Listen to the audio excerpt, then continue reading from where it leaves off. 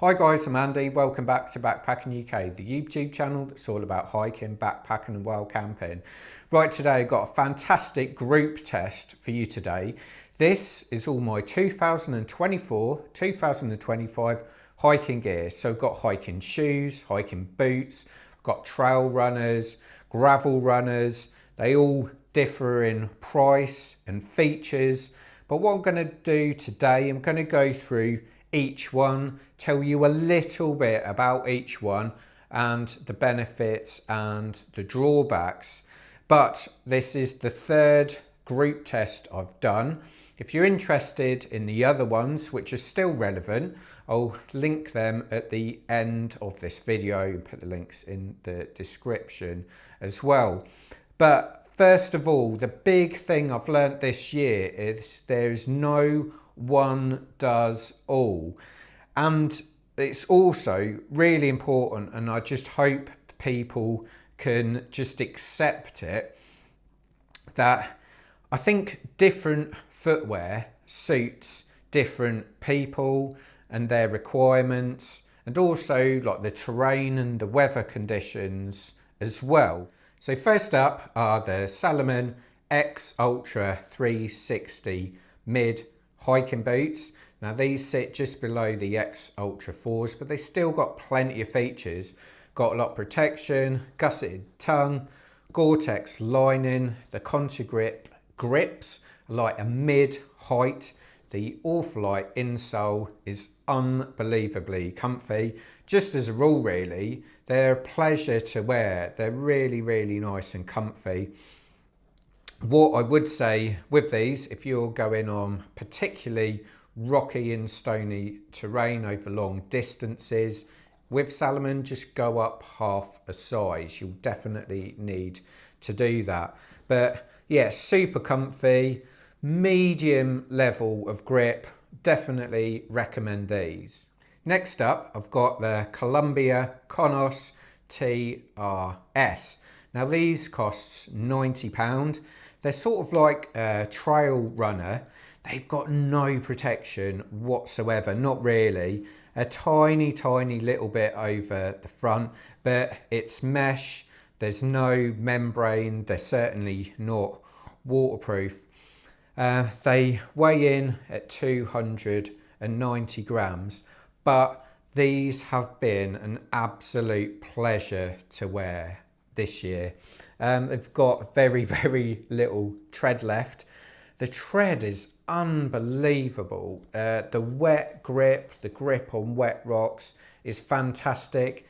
Now, one of the drawbacks I find whenever I've got lots and lots of wet grip tends to be the hiking shoes that have the softest rubber, so they tend to wear out really fast, just like these. But I've absolutely loved wearing these. Really, they're sort of a dry day summer shoe, something where you're not carrying too much weight. You can get away with these. They're just lovely and breathable. Just so comfy. Yet again, these have got an Ortholite insole in there as well. So it's basically like a really grippy running shoe. So next up are my Decathlon MH500 mid hiking boots. Now these are waterproof. They've got waterproof lining in, lots of protection at the front and the back. They've got a lot of leather here. Again, gusseted tongue. One thing that surprised me, right, these are £80, 290 gram hiking boots. I was shocked how comfy they are. And that's despite a really quite a strange tongue. There's hardly any padding on the tongue, but it doesn't seem to affect the performance of the boot, even coming down off steep ascents where the weight tends to be right on your laces. They're still really quite comfy. They've got some really good grips. Once again, I was really surprised with the sort of mixed sort of dry and wet grip, even on wet rocks. These have been an absolute bargain. The only thing that stops me giving these a 10 out of 10 is just a bit more padding on the tongue. But like I say, with all Decathlon gear, it's tried and tested so much. These are a real bargain. So next up are my Inov-8 345 GTX V2. So these are like almost like trail runner hiking boots, really lightweight hiking boots. Got these special graphene soles which never seem to wear out. They're unbelievable. The only thing is they're not particularly great on wet rocks. Now the V2s, they made quite a big difference in comfort levels. That's where they sort of upgraded these. But I tell you what, they're really nice and comfy. They've got a Gore-Tex liner in them, £155, 345 grams. They're just really quite nice, lightweight hiking boot, but there is a lot less protection with them. So that is the trade-off. So next up are the Salomon Speedcross 6s. Now these are £159. They weigh 328 grams each. They've got a waterproof Gore-Tex liner in them with the most insane grip I've ever experienced. If you're in mud or really wet grass, the grip is just unbelievable. The grips are just so deep. They're spread out apart so the mud doesn't cling on to the bottom of these. Awful light sole again. They're outrageously comfy. It's got a sort of quick release lacing sort of system. I used these for things like my Everesting challenge and the likewise, you might want to go up sort of half a size. But these were brilliant. They've kind of got, it's not really a gusseted tongue. They've just got a piece that comes over to keep your feet nice and dry. Obviously, the only downside is with waterproof hiking shoes, if you do submerge your foot, it's much harder for them to dry out. So just be prepared to have soggy feet for the rest of the day. But the comfort and the grip from these was superb. If you are like a fell runner, the only thing you might not like, you might like the stack height a little bit lower.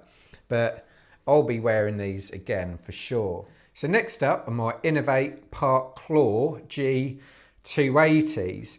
Now these are £160, weigh just 280 grams. These are fully breathable, real nice sort of summer hiking shoe really. There's not a lot to these. They've got kind of a minimalist, almost like a gravel runner really. Small grips. Yeah, again, unfortunately, they're not good on wet rocks. One of the uses I wanted out of these when I go running in winter was I thought they would give me a bit more grip when running on the pavements in the road. Absolutely not. If they're a little bit greasy, the roads outside, there's no grip on these whatsoever. It's just as good as these sort of graphene grips are and the Inov-8 grips, and they don't wear down and they're amazing off-road. Just when it comes to like tarmac and rocks, that's where they really fall down, unfortunately. But they're super light. If you go trail running on these, you really do notice the weight difference. And they're really nice and comfy too. Next up are my Altra Olympus 5 GTXs. Now these are expensive. These are £175. They weigh 382 grams. They're really quite substantial. Most people probably associate Ultras with trail runners. These are definitely hiking shoes, that's for sure. They're really quite stable. They've got quite a lot of protection at the front and the back. These are fully waterproof. It's a lot of sort of leather here, gusseted tongue. But the standout feature of these has got to be the Vibram soles. They're really wide. Oh my God, the soles are so wide on these. There's absolutely tons of grip. There's sort of like a mid-height grip. Vibram makes some of the best hiking boot soles there are. The one thing I would say is they're quite rigid. They're just not what I was expecting. It's taken me a bit of time to get used to these. But the main reason I bought these, Altra's well known from having a really generous foot box. Now, one thing I did struggle on the West Highland Way was my feet swelled. I was doing up to doing like 20-30 miles a day basically. I think the longest day was about just under 30 miles. Real rocky, stony terrain. My feet were quite swollen, which I've never experienced that bad before. So what I want to do with these is, once I get used to them, is to do some sort of long distance hiking trails in these. If my feet swell up, they've got loads and loads of room there, which will stop any potential blisters. But they're a very different shoe and they definitely won't suit everyone. So there's obviously a lot to summarise here, but I'll make it as quick as possible. So I still think there's a place for full height hiking boots. Certainly if the conditions are like really bad, if you're doing technical terrain, if you're carrying weight, you want that stability and protection. There's no doubt about it. If it's a nice, dry, warm, sunny day, you're doing a less technical route, there's a full height hiking boots, massively overkill. You don't need anything like that. Something like a trail runner will be absolutely brilliant. At the end of the day, you've got to do your own sort of like risk assessment there. You know, you can't live your life thinking the worst all the time, but the other side to that is you can't go into our national parks with like a blasé attitude that nothing's ever going to happen either. So just use your sort of common sense. But I mean, I'm dead lucky. I've got sort of footwear for every occasion. When I go out hiking or backpacking, in the boot of my car will always be 3 different sets of footwear, and I quite often make the choice when I get there what the weather's like really and what the upcoming forecast is. But everyone's different, everyone has different requirements. At the moment I'm quite fit and healthy, so you know, my muscles can cope with the odd sort of slip and fall there.